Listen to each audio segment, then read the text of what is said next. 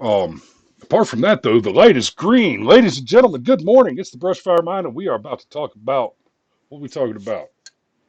Oh, impeach Trump, but he's not your president. Oh, oh, oh. So, let's talk about how this went down. Well, Nancy, looks like you lost the Super Bowl and the impeachment all in the same weekend. Oh, how you holding up? It's fine. I just drink the wine because it's just I drink communion wine, and I said, "Wait, is there something happening?" I couldn't tell.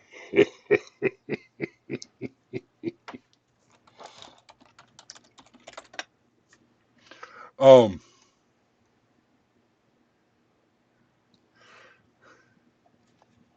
so I don't know, man. What we got a couple of things that I want to talk about on this. One of the biggest thing is the way that it's being portrayed in the media. I see people on Facebook. I did see one meme that I wanted to talk about, and now I can't find the damn thing. But it's a picture of Lady Justice being held down on the ground with somebody holding down one arm and one Yep. hand over her mouth, and they've got it's business suit with Republican insignia cufflinks on it. That's that's adorable because you don't understand how things work. Okay, so let me explain you how this works. We've talked in the past on several occasions about how the press lies. CNN, MSNBC, not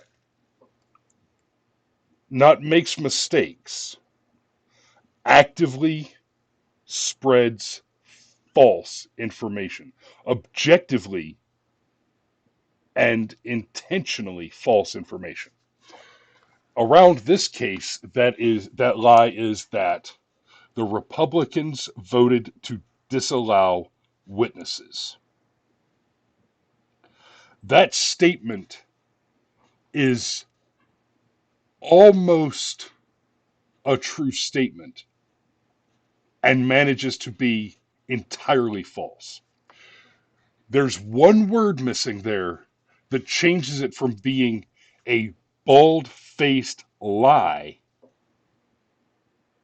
to being a true statement. Because the statement, the Republicans did not allow witnesses, that those words have meaning. That statement means that there were no witnesses allowed at all. Well, that's false. Witnesses were called during the investigation in the House. The impeachment proceedings in the House called witnesses, where, by the way, the Republicans were not allowed to call any witnesses. Okay, the Republicans never, the defense, the accused was never allowed to call witnesses in his defense, right? The president was actively denied, had his uh, Sixth and Seventh Amendment rights utterly violated. Um, Well, yeah. Can you picture what would have happened if Rudy Giuliani had been allowed to call Hunter Biden? I need you to put the crack pipe down for a second, son. You got to swear in. yeah, and Hunter Biden is just a wonderful example of the power and the value, just the absolute, almost incalculable value of the healthcare plan afforded to our political elites, because those teeth have had to go through a lot of work to hide that meth mouth. Those, yeah. So what actually did happen is The Senate voted to not allow new witnesses. Impeachment is not the same as a criminal trial, but it does have a lot of parallels. Amid those parallels, okay, so it has a lot of parallels in theory. The House has the sole authority to impeach, that is, to decide that the Senate needs to conduct an impeachment trial. And the Senate has the sole authority to conduct that trial and actually indict, convict, and eventually possibly remove the president, right? Or any other elected official. Impeachment is not just for the president. So, anyway, when you're talking about facing criminal charges, which is a whole nother thing because the House did not even go so far uh, to levy criminal charges. They didn't allege criminal charges. Right? They did not say he committed any crimes. Well, they said it over and over again, but they But they were didn't afraid to charge put it him on with it. paper. Yeah, they said bribery. They said all this other stuff. Well, actually, bribery may be the only actual crime that they've accused him of out loud. Everything collusion, not a crime. Conspiracy to defraud the American people is a crime, but they wouldn't say that he did that because there was never any evidence that he did that. And please believe, accusing someone of a crime, even without alleging it officially in a court, just saying that someone committed a crime, that's a big deal, right? For example, right now Tulsi Gabbard is filing a lawsuit against Hillary Clinton for defamation, and I think that's actually a mistake. At least it doesn't go far enough because the defamatory statement that Hillary is accused of making is that Hillary said Tulsi Gabbard is a Russian asset. Well, let's be clear about something. Tulsi Gabbard is an elected official in the U.S., a commissioned officer in the U.S. military, and holds Fine. and, yeah, fair enough, and I'm sorry. holds top secret security clearances. To say that she is a Russian asset is not to say that you can't trust this person because they might cheat in an election.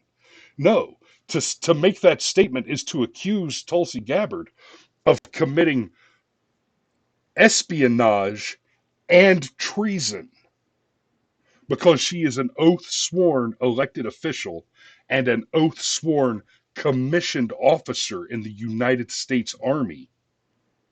And she is a red on top secret security clearance holder.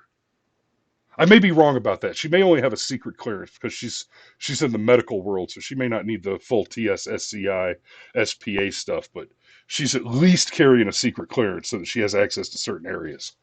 Um, Yeah, but the point is it but directly but the jeopardizes point her is, career. She's a yes, Russian asset. You got right, to boot her out of the army. You got to impeach her from Congress, and I mean, it's and then you have to kill her.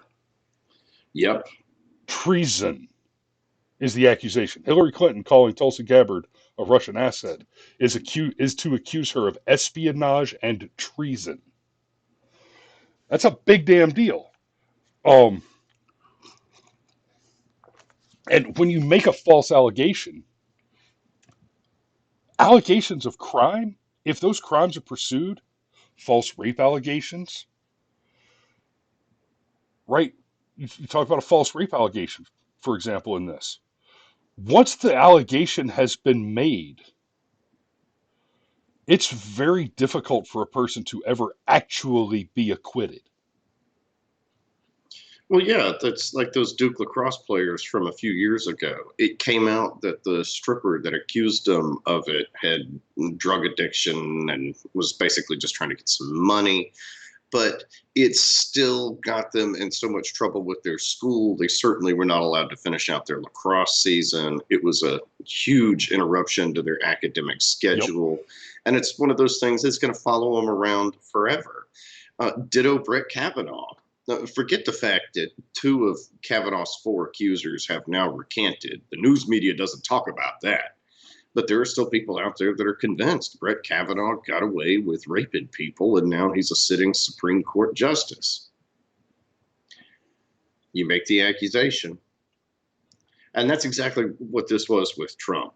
I think this is entirely to muddy the waters, fire up the base, do all the things, as it were. But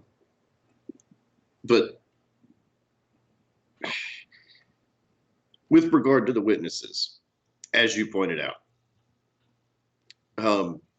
the real reason I think that the witnesses weren't called in the Senate, and I sincerely believe this, is because the Democrats didn't actually want the witnesses called. They wanted to make a show of it. They want to be able to run around with the narrative that the Republicans blocked the witnesses and are terrible people that are raping Lady Justice and all of that. But let's say we do start calling witnesses in the Senate. Well, it's not a place dominated by Democrats. Both sides will get to call witnesses. Okay, fine. I see you're John Bolton, and I raise you an Adam Schiff. Vote on the witness question, and Damn once it. that vote is I was trying to find some numbers real quick. Go ahead. Because one thing that would have come out is that Adam Schiff and the whistleblower know each other. And all that stuff that Adam Schiff said during everything in the House about, oh, I don't know the identity of the whistleblower. Bullshit. You know exactly the identity of the whistleblower. And then other questions would have come out. So, okay, when was the first time you had contact with the whistleblower? And then other things would have come out. Like if the whistleblower is the Eric Charmella guy that we all seem to think that it is, Eric was not on the phone call. And here's the thing about the phone call that's in question. How many people were in on that phone call, do you think, Chris? A dozen? 2 dozen? And I don't just mean on our side. Something like that. And also on the Ukrainian side. So if there had been some type of bullying, intimidation, quid pro quo, bribery, whatever, there literally would have been at least a dozen witnesses. These types of phone calls don't happen in a vacuum. They deliberately have people listening in, transcribing them. None of them blew the whistle. Nobody in Ukraine blew the whistle. Some guy that heard about the call secondhand happened to be the one that was the whistleblower. This was never going to go anywhere. This was for show. Right. And you know, another question excuse me, another question to ask there. If Charmella is in fact the whistleblower, which I mean, this show's gone now.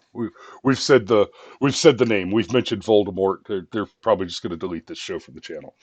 But if Charmella is in fact the whistleblower, he has a lot of ties to Biden.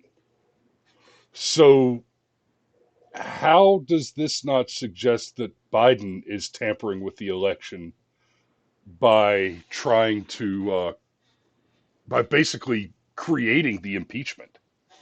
I mean, make no mistake, impeachment was always the objective, right? The Democrat National Committee has been an impeachment waiting for an accusation since the day before Trump won the election.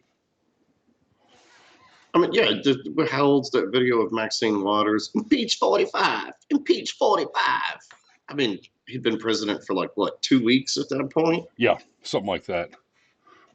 They've been fully dedicated to this proposition for his entire literally his entire presidency. Since before his presidency began. I still blame Paul Ryan. Republicans would still be in control of the House if he'd actually just done his job and got Obamacare repealed and got the dang fence built and all that stuff. That's the whole reason we have this clown show.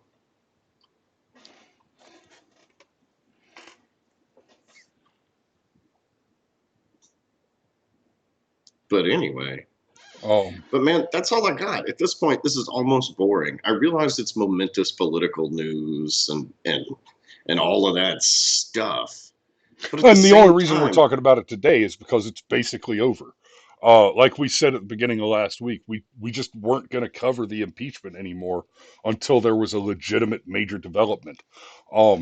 It's over is a pretty substantial legitimate development.